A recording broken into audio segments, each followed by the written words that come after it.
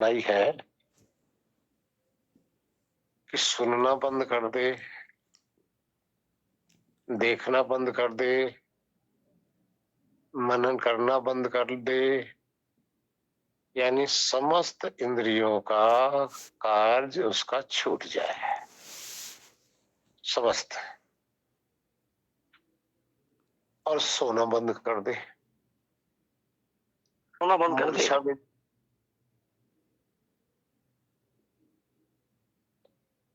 सोना बंद कर दे, मूर्छा अवस्था में जाना बंद कर दे, विचार बंद कर दे, स्वप्न बंद कर दे, समस्त इंद्रियों की तरफ जो ज्ञान उनसे आ रहा है ये जानना बंद कर दे। जब सब कुछ उसका बंद हो जाएगा, समस्त ये वृत्तियों की क्रिया जब समाप्त हो जाती है, तब कहा जाता है कि आत्मा अब अपने स्वरूप में ठहरा हुआ है। जी ठीक है गुरुदेव, ये बहुत बहुत मतलब प्रश्न था, क्योंकि इसको हम बहुत दिन से बहुत कोशिश कर रहे थे, ठहरना क्या माने क्या माने, फिर आज आपसे प्रश्न करने की जरूरत ही पड़ गई।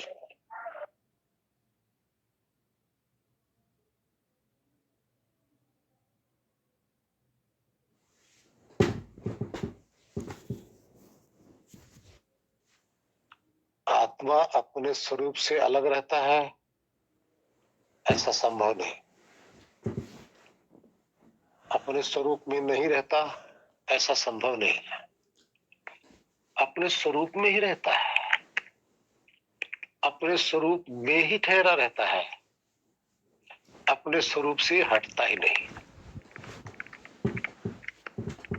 लेकिन स्वरूप में ठहरना जो कहा गया है, ये शास्त्रों की या आध्यात्मिक पुरुषों की एक उनका ज्ञान की दृष्टि से बताया जाता है कि जब आत्मा किसी और की तरफ यानी किसी पर की तरफ न लगा हो, तब उसको स्वरूप में ठहरना कहा जाता है। जब दूसरे में लगा होता है तो उसको दूसरे में ठहरना कहा जाता है, क्योंकि जब दूसरे में होता है तो दूसरे का ज्ञान होता रहता है, अपने में होता है तो अपना ज्ञान होता रहता है। इसलिए दूसरे में का ज्ञान करते हुए स्वरूप में ठहरा नहीं कहा जाता, जबकि हकीकत में स्वरूप में ही रहता है। हरिओम। विवेक खोया रहता है सब ना। बस जी, इतना ही भेद है जी।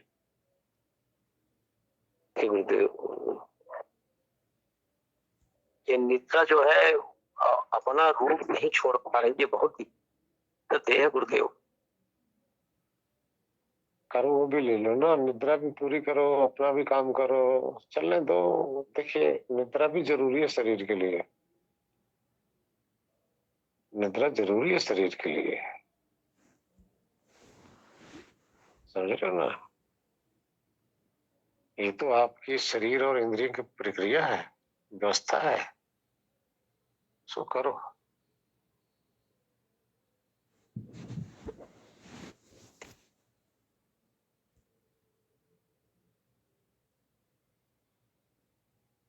जी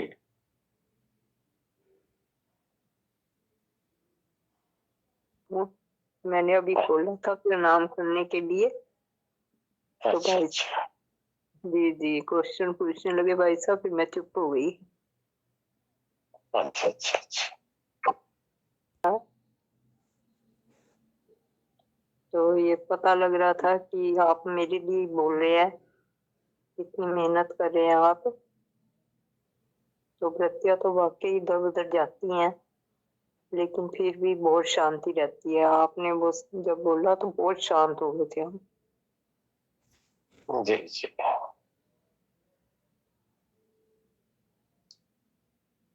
भैया शांत कर लो।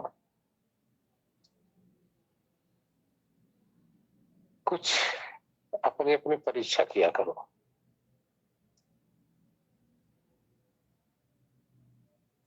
ये दो प्रकार की वृत्तियां आपके पास है।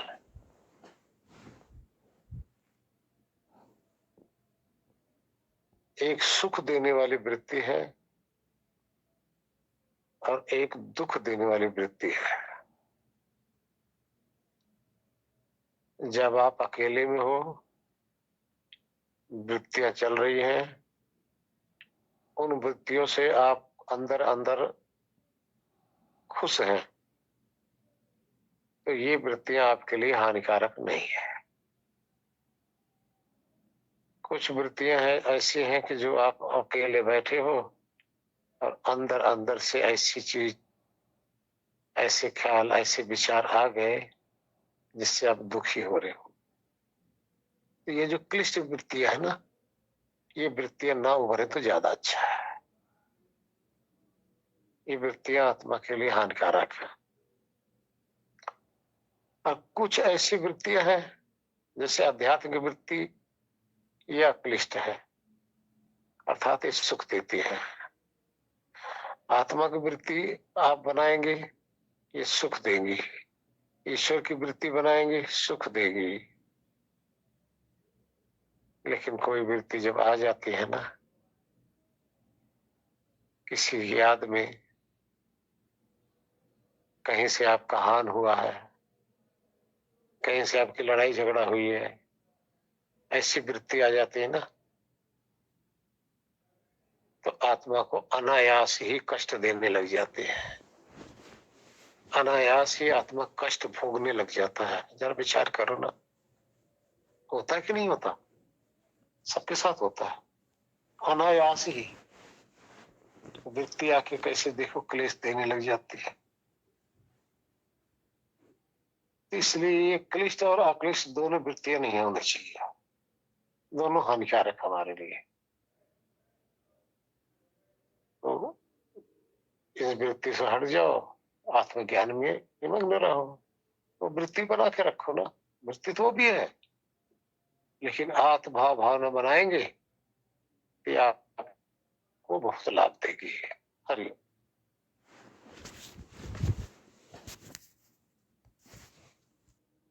थोड़ा सा आपके भाई साहब का तो यही आता है कि हमेशा की वो आशीर्वाद दे रहे हैं, वो बहुत खुश है। मेरे को यही ध्यान में आता है। और वैसे मेरे को गुरु जी डर नहीं लगता। जैसे मैं अब जी जी अकेली रूम में हूँ, अकेली हूँ, तो मेरे को डर नहीं लगता इस तरह से। मेरे को यही लगता है कि सब तरफ से सब कुछ ठीक है, बहुत अच्छा हो रहा है, आशीर्वाद बरसता है। हर तरफ जहाँ पे आप रहो, पूरा कमरा, आप यूं लगो पूरा कमरा ईश्वर से भरा हुआ है। ईश्वर से भरा हुआ है, ठसाठस भरा हुआ है। पूरे कमरे में ईश्वर समाये हुए है। ना कोई भय, ना कोई कुछ। अच्छा लगेगा। अजी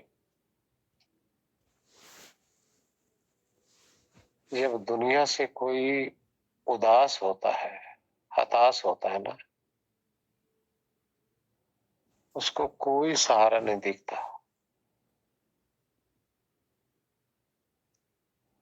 तो एक ही सहारा सबको नजर आता है, वो कौन है? ईश्वर, परमात्मा। एक ही सहारा, सबका सहायक ईश्वर। और ईश्वर को जब अपना सहायक मान लिया जाता है ना, तो जो अधूरापन यानी खालीपन अपने आप को जो अनुभव होता है ना, मेरा कोई नहीं, उस समय लगता है कि परमात्मा तो मेरा साथी है। अब लगता है एक और एक हम 11 हो गए। बहुत बड़ा सहारा मिल जाता है, बहुत बड़ी सहायता परमात्मा को मिल जाती है। इसलिए जिसका कोई नहीं उसका तो खुदा है यारो, उसी को अपना मान लो। सबसे बड़ा सहायक वही है। इस संसार को क्या अपना मानना। देखो हम आपके ऊपर कहेंगे तो अच्छा नहीं रहेगा। इनको कैसा अपना माने, जो छोड़ के चल दिए, कैसे हमारे अपने। संसार सबका यही हाल, सारा संसार का यही हाल है। कोई किसी का नहीं है, कोई आगे कोई पीछे, सब ने जाना है। जो पीछे रह जाना है उसको तड़पना है। इसलिए ईश्वर को अपना मानो, ना वो छोड़ता है ना कहीं जाता है। सबसे बड़ा सहारा वही है, सबका सहारा वही है। सबसे बड़ा जिसका सहायक हो, जिसने ऐसे ईश्वर को अपना सहायक मान लिया ना, कोई गम नहीं, ना बिछड़ने का गम। बिछड़ने का तो गम रहेगा ही नहीं, बिछड़ सकता ही नहीं ना। संसार को हम मानेंगे, बिछड़ेंगे, जो भी मिलेगा खोएगा। कोई ऐसी चीज नहीं है, कुछ भी ऐसी चीज नहीं है जो खोएगी नहीं, मिलेगी सो बिछड़ेगी। इसलिए इनका सहारा, इनका भरोसा इतना लाभदायक नहीं है। तभी तो कहा ना, कूड़ राजा कूड़ प्रजा, कूड़ सब संसार। राजा भी कूड़ा है, प्रजा भी कूड़ा है, सारा संसार कूड़ा ही है। किस संग कीजिए दोस्ती, सब जग चलनहार। किसके संग हम दोस्ती करें, सब तो जाने वाले हैं ना। जो जाने वाले हैं छोड़ जाएंगे हमें। काहे की दोस्ती ऐसी। सिर्फ एक ही है जो हमें छोड़ने वाला नहीं, वही हमारा अपना है। उसी के संग हो। हरिओम नारायण।